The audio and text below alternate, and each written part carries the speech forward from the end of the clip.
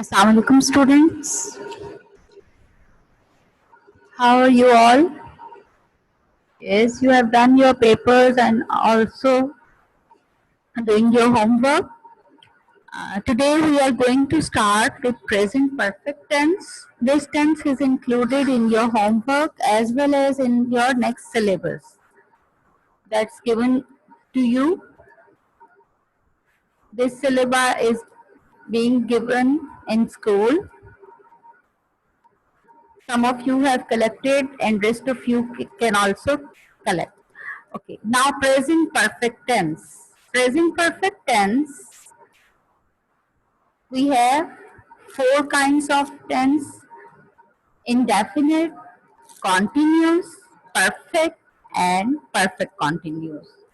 As far as present tense is concerned, we have done present indefinite and present continuous. Today we are going to start with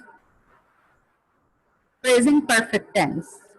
Perfect mean present आपको पता है that is going on. Present means that is going on, and perfect mean complete without any mistake. या मतलब हम कहते हैं when we say it's perfect, किसी भी चीज के लिए हम जब कहते हैं कि ये perfect है, it means it is complete. It's complete in every sense. Perfect mean complete.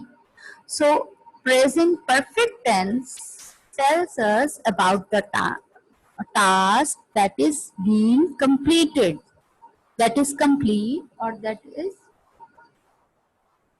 has been completed. Present perfect tense tells us about the task that is completed in at present. Its identification in Urdu sentence. Identification इसकी क्या है Urdu sentence में? चुका है, चुकी है, चुके हैं. मोस्ट कॉमनली आपके माइंड में यही होता है कि इसके आखिर में चुका है, चुकी है, चुके हैं आता है, लेकिन अक्सर औकात इसमें साथ ही कर लिया है. अब इसमें जरूरी नहीं होता कि हम चुका, चुकी और चुके का वर्ड ही यूज करें. इसमें कर लिया है, गए हैं, कर दी है वगैरह भी आता है. अब उर्दू सेंटेंस के आखिर में कर लिया है, गए हैं, दी है वगैरह भी आ जाता है. तो ये भी हमने जब हम किसी चीज के लिए कहते हैं कि मैंने अपना काम खत्म कर लिया है, तो इसमें भी वही परफेक्शन का सेंस आता है कि काम कंप्लीट हो चुका है, काम कंप्लीट कर लिया गया है. It is also perfect tense. अब इसका sentence structure. Come to its sentence structure. It is subject. First of all, in a normal sentence, first of all, active voice में सब पहले क्या आता है? सबसे subject. Subject in the beginning, object in the end, and verb in the middle. This is the simple sentence structure: subject, verb, and object. Now for present perfect tense, we will add here, after subject, we will add here has or have as helping verb. अब इसमें has और have helping verb use होते हैं. Has is used. Perfect tense का present perfect tense में helping verb has use होता है और have. Now has is used for he, she, it, name और singular subject. He, she, it और singular subject के लिए हम has use करते हैं. और have किसके लिए use होता है? I, you, we, they and plural subject. For all the plural subject and I, you, we, they, इनके लिए हम have use करते हैं. Then comes third form of verb. Perfect tense में always remember that we will always use third form of verb in present perfect tense, and after that comes the object. Is it clear? Subject, has, have, then third form of verb, and after that object. Now example. Now look here, आपने करना कैसे है, translate कैसे करना है. First sentence is टीमें match खेल चुकी हैं. टीमें मैच खेल चुकी हैं. The teams have played the match. Teams, अब यहाँ एक टीम नहीं है, there are more teams, more than one. टीमें एक से ज्यादा हैं, दो भी हो सकती हैं, तीन भी हो सकती हैं.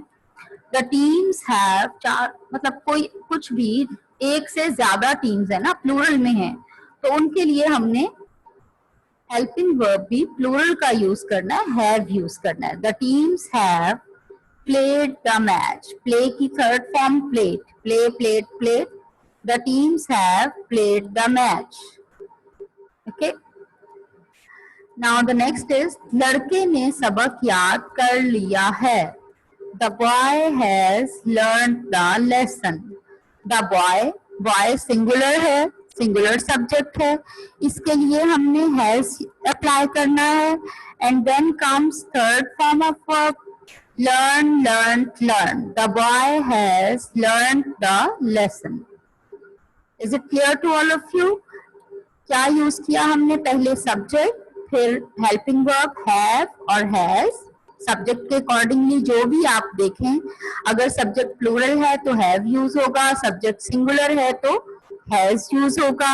आई और यू के साथ ही प्लूरल वाला हेल्पिंग वर्ब ही यूज होता है हमेशा. Then comes third form of verb, played and learn, and in the end comes the object. Okay. Now open your worksheets. English B worksheet. Present perfect tense is given at page 46. Hurry up students, come up to page 46 of your English B worksheets. Have all of you got the page? Okay.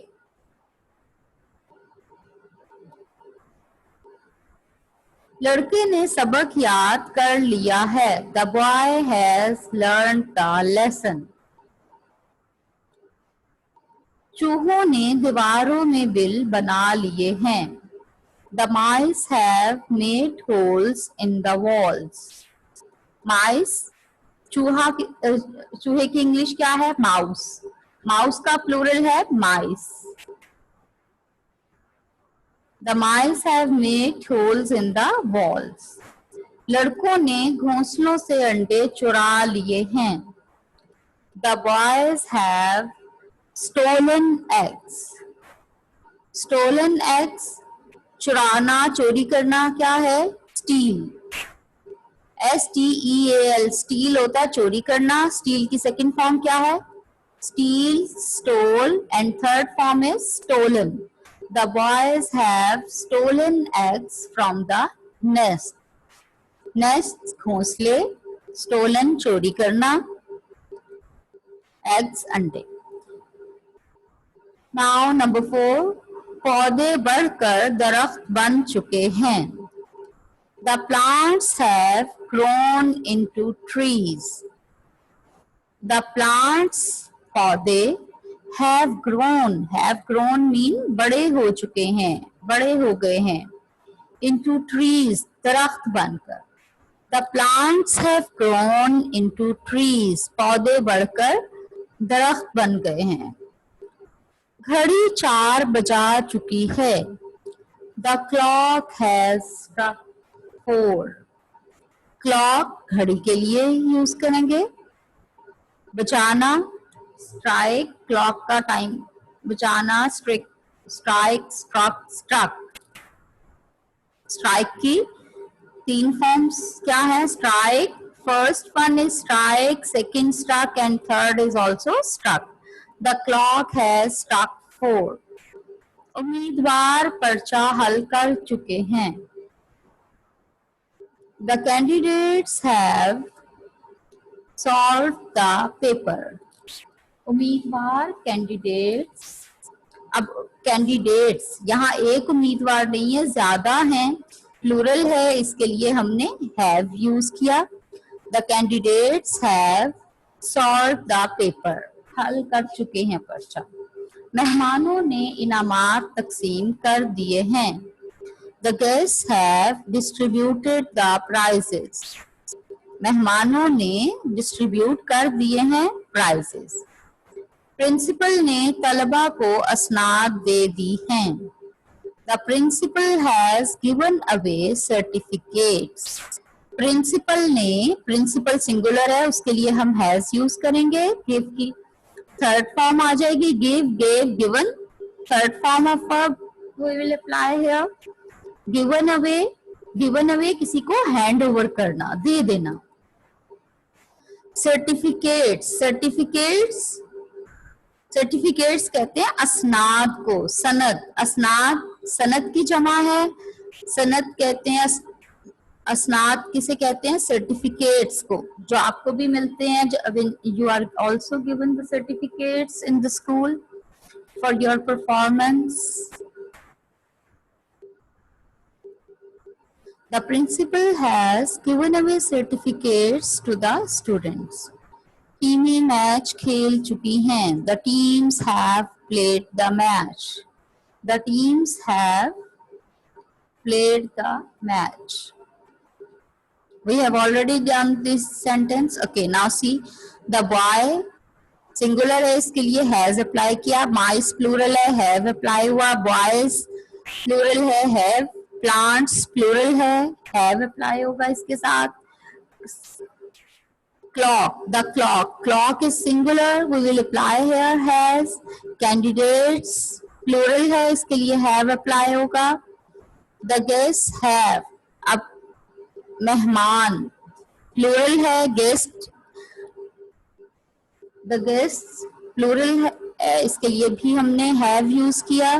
the principal, principal singular है, इसके लिए has use होगा। The teams, teams are more than one, plural form है, इसके लिए भी have apply होगा। Now come to the next page, page number 47, sentence number 10। अदालत मेरे हक में फैसला दे चुकी है। अदालत किसे कहते हैं? कोर्ट को। Yes, the court has decided, court singular subject है, हैज अप्लाई होगा। द कोर्ट हैज डिसाइडेड, मेरे हक में, मेरे हक में, in my favour, the court has decided in my favour. Board ने नतीजे का ऐलान कर दिया है। द बोर्ड हैज, अब बोर्ड सिंगुलर सब्जेक्ट है, board is a singular subject, इसलिए हम हैज यूज करेंगे। The board has declared, declared third form, the result नतीजे का, बोर्ड ने नतीजे का ऐलान कर दिया है। चोर घर में नकब लगा चुके हैं। अब ये चोर की इंग्लिश क्या है? थीफ। यस, सिंगुलर हो तो थीफ है, प्लूरल हो तो थीव्स है। Be very careful about the spelling. Thief के स्पेलिंग क्या होते हैं? THIEF, और जब इसका प्लूरल हम बनाते हैं, प्लूरल फॉर्म, तो उसके लिए हम F को ओमिट करते हैं और उसकी को रिप्लेस किससे करेंगे? VES से। THIE वैसे ही रहेगा, F is replaced by VES. So thieves become THIEVES. THIEVES.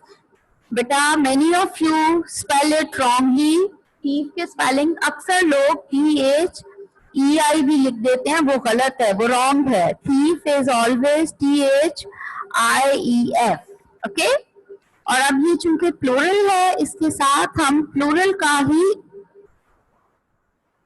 Use करेंगे helping verb. The thieves have, नकब लगा चुके हैं। नकब लगाना क्या होता है? किसी के घर में चोरी छुपे दाखिल होना। चोरी छुपे मतलब दीवार फलांग के, रस्सी डाल के चोर रास्ते से दाखिल होना उसको कहते हैं नकब लगाना, यानी किसी रस्सी फेंक के या किसी और तरीके से चोरी छुपे दाखिल होना, उसको कहते हैं नकब लगाना। और उसकी इंग्लिश क्या है? Break into. क्या है? Break into. नकब लगाना, ब्रेक इनटू। और इसकी थर्ड फॉर्म क्या होगी? Break. Yes, you know the forms of break: break, broke, broken. Now here we will write broken into. The thieves have broken into the house. चोर घर में नकब लगा चुके हैं। बशीर वजीफा हासिल कर चुका है। Bashir has won the scholarship.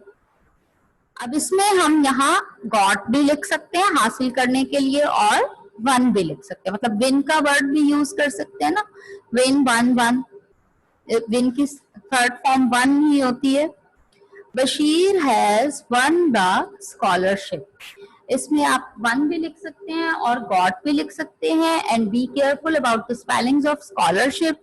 Scholarship SCHO. Okay, don't forget to add here H. HOLAR, scholar, SHIP, ship. Bashir has won the scholarship. मैं ये तस्वीर बेच चुका हूँ। I have sold this picture. I have sold this picture. I के लिए हम हमेशा प्लूरल का यूज करते हैं। Helping verb: I have sold, sell, sold, sold. I have sold this picture. मैं ये तस्वीर बेच चुका हूँ। तस्मिया ने इम्तिहान पास कर लिया है। Tasmiya has passed the exams. Tasmiya singular है, उसके साथ has का यूज होगा।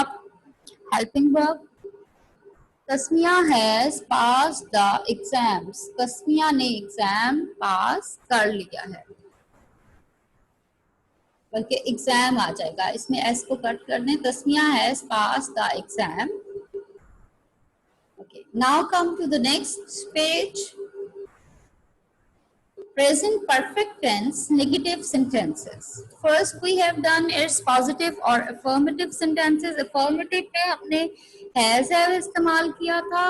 And now for negative sentences, yes, keep it in your mind बेटा, जब भी हम किसी सेंटेंस का नेगेटिव फॉर्म बनाते हैं, नेगेटिव सेंटेंस लिखते हैं, तो उसके लिए हम क्या करते हैं? सिंपली अगर उस सेंटेंस में हेल्पिंग वर्ब यूज हो रहा है तो हम हेल्पिंग वर्ब के फौरन बाद नॉट लगा देते हैं। और यहाँ प्रेजेंट परफेक्ट टेंस में हमारे पास हेल्पिंग वर्ब क्या है? हैज और हैव। तो हेल्पिंग वर्ब हैज और हैव के फौरन बाद हम नॉट अप्लाई कर देंगे।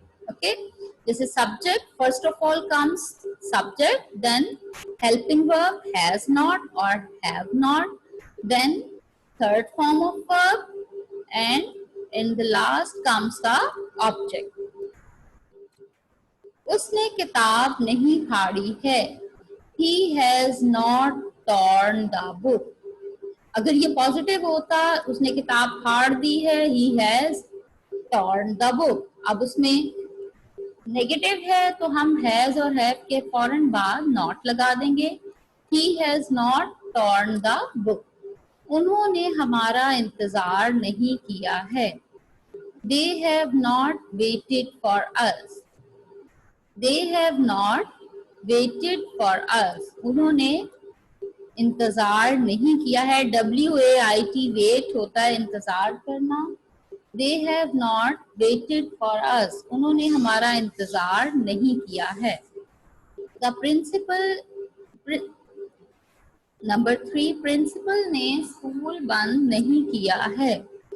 The principal has not closed the school. The principal has not closed the school. हम चाय नहीं पी चुके हैं। हम चाय नहीं पी चुके हैं। We have not taken the tea. We have not taken the tea.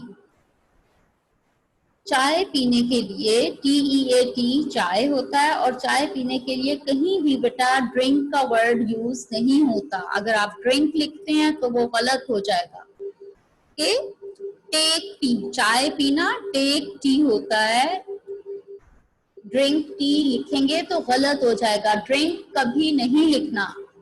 Okay, do remember, always remember, T is taken, take the T. We have not taken the tea, हम चाय नहीं पी चुके हैं।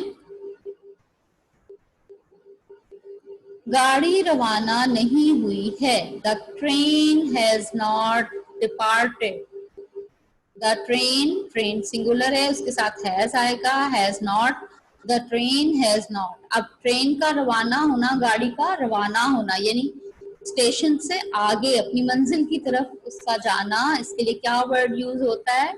Depart. क्या word use होता है? Depart. जैसे आप लोग स्टेशन पे जाएं तो वहां पे लिखा होता है अराइवल टाइम और डिपार्चर टाइम। डिपार्चर मीन जाने का टाइम और अराइवल मीन आने का टाइम। अराइवल आने का टाइम और डिपार्चर जाने का टाइम। तो ट्रेन के जाने का लिए departed, the train has not departed, गाड़ी रवाना नहीं हुई है। मिस्त्री ने काम अधूरा नहीं छोड़ा है। मिस्त्री कहते हैं mason, mason MASON। The mason has not left the work, छोड़ा नहीं है, हैज नॉट लेफ्ट, उसने काम को नहीं छोड़ा है। इनकम्प्लीट, अधूरा, इनकम्प्लीट अधूरा, नामुकम्मल। The mason has not left the work incomplete। बादशाह ने ताज नहीं उतारा है। The king has not taken off the crown। The king has not taken off the crown। Take off, उतारना, मतलब अपने सर से उसने उतार के नहीं रखा है। The king has not taken off the crown। मुर्गी अंडा नहीं दे चुकी है। The hen has not laid the egg। The hen has not laid the egg। lay, laid, laid, lay की थर्ड फॉर्म laid। मोर जंगल में नहीं नाचा है। The peacock has not danced in the forest। Peacock more, forest jungle. The peacock has not danced in the forest। Okay, now it's clear to you?